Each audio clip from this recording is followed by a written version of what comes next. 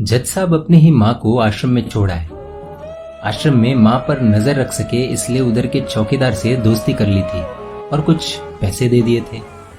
जज ने चौकीदार को अपनी दिल की बात आंखों में आंसुओं के साथ बता दी कि घर में पत्नी है जो माँ के साथ बदतमीजी से पेश आती है और पत्नी के कहने पर दोनों बच्चों ने माँ से बात करनी ही बंद कर दी। माँ को अकेलापन लगने लगा और इन सब वजहों से दिन भर रोती, इसलिए उसे आश्रम छोड़ने के लिए आ गए। तो चौकीदार ने कहा, जज साहब आपके सामने सारे सबूत थे कि कौन सही और कौन गलत है, लेकिन अपनी ही माँ के साथ न्याय नहीं कर पाए तो औरों के साथ क्या न्याय करते होंगे आप। ये बात जज साहब के दिल को छुप गई।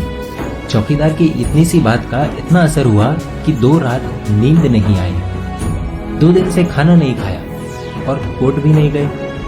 ऐसा लग रहा था जैसे एक चौकीदार ने जज साहब की दुनिया हिला दी। जज साहब अपने घर में रूम से बाहर आए। दोनों बच्चे और पत्नी खाना लेकर इसी इंतजार में खड़े हैं कि कब खाना खाएंगे। तभी जज साहब ने एक कागज पत्नी को और 2 अलग कागज अपने बच्चों के हाथ में थमा दिए।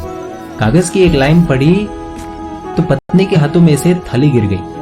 जज साहब बोले, मैं तुम्हें तलाक दे रहा हूँ, और बच्चों से कहा, आज से मेरी सारी प्रॉपर्टी आप दोनों की, मुझे कुछ नहीं चाहिए। बच्चों ने उन्हें जबरदस्ती कुर्सी पर बिठाया, हाथ जोड़कर पैरों में गिरकर इन सबका कारण पूछा। आंखों में आंसुओं के सैलाब के साथ जज साहब बोले कि मैं मेरी 65 वर्ष की माँ को आश्रम छोड़ के आया हूँ, अनजान लोगों के भरोसे छोड़ के आया हूँ, और आप सब कारण पूछ रहे हैं।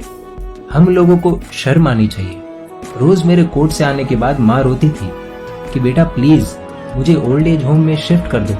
आप में से किसी ने भी माँ से सीधे मुंह बात नहीं की, और ये भी भूल गए कि जिस जज को आज पूरा शहर सलाम करता है, उसी जज को बनाने में उस माँ का कितना बड़ा रोल है। कभी दूसरों के घरों में काम करने जाती तब भी मुझे अकेला न छोड़ती। ऐसी भगवान समान माँ को मैंने आश्रम में छोड़ दिया, और वो भी ऐसे लोगों के भरोसे जिन्हें ये तक नहीं पता कि माँ को क्या बीमारियां है।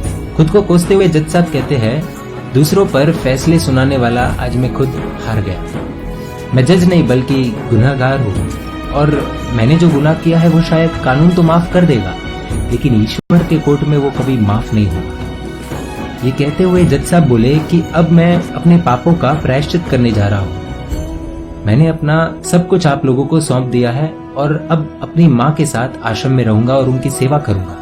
पत्नी से जज साहब ने कहा कि याद रखना, आज तुमने उस माँ को आश्रम भिजवाया, तुम भी एक माँ हो, कल तुम्हें भी कोई आश्रम भेजेगी, तब तुम्हें मेरे इन शब्दों का अर्थ सही मायने में समझ आएगा। ये बोलकर जज साहब निकल लिए अपनी माँ के पास। आधी रात को चौकीदार भी जज साहब को देखते हुए चौंक गया। अंदर देखा तो माँ सो रही थी। करीब जाकर देखा तो पूरे परिवार की तस्वीर से लिपट कर रोते हुए माँ सो गई थी। आश्रम का प्रशासन भी जाग गया, क्योंकि पीछे पीछे माँ और बच्चे भी आ गए।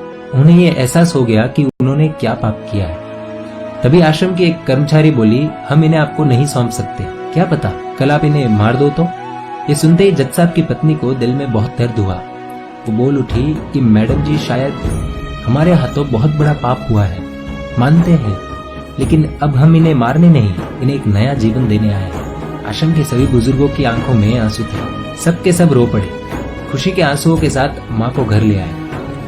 लेकिन वही आश्रम में अनेक आंखें ऐसी थी जो किसी न किसी का इंतजार कर रही थी। दोस्तों, इस कहानी का उद्देश्य तो आप सब समझ गए होंगे, इसलिए शेयर कीजिए और हर घर तक इस कहानी को पहुंचाइए, क्योंकि माँ तो माँ होती है। सब होगा तुम्हारे पास, पर सुकून नहीं होगा। सुकून सिर्फ माँ के आंचल में होता है, और उस आंचल को बिखरने मत दें।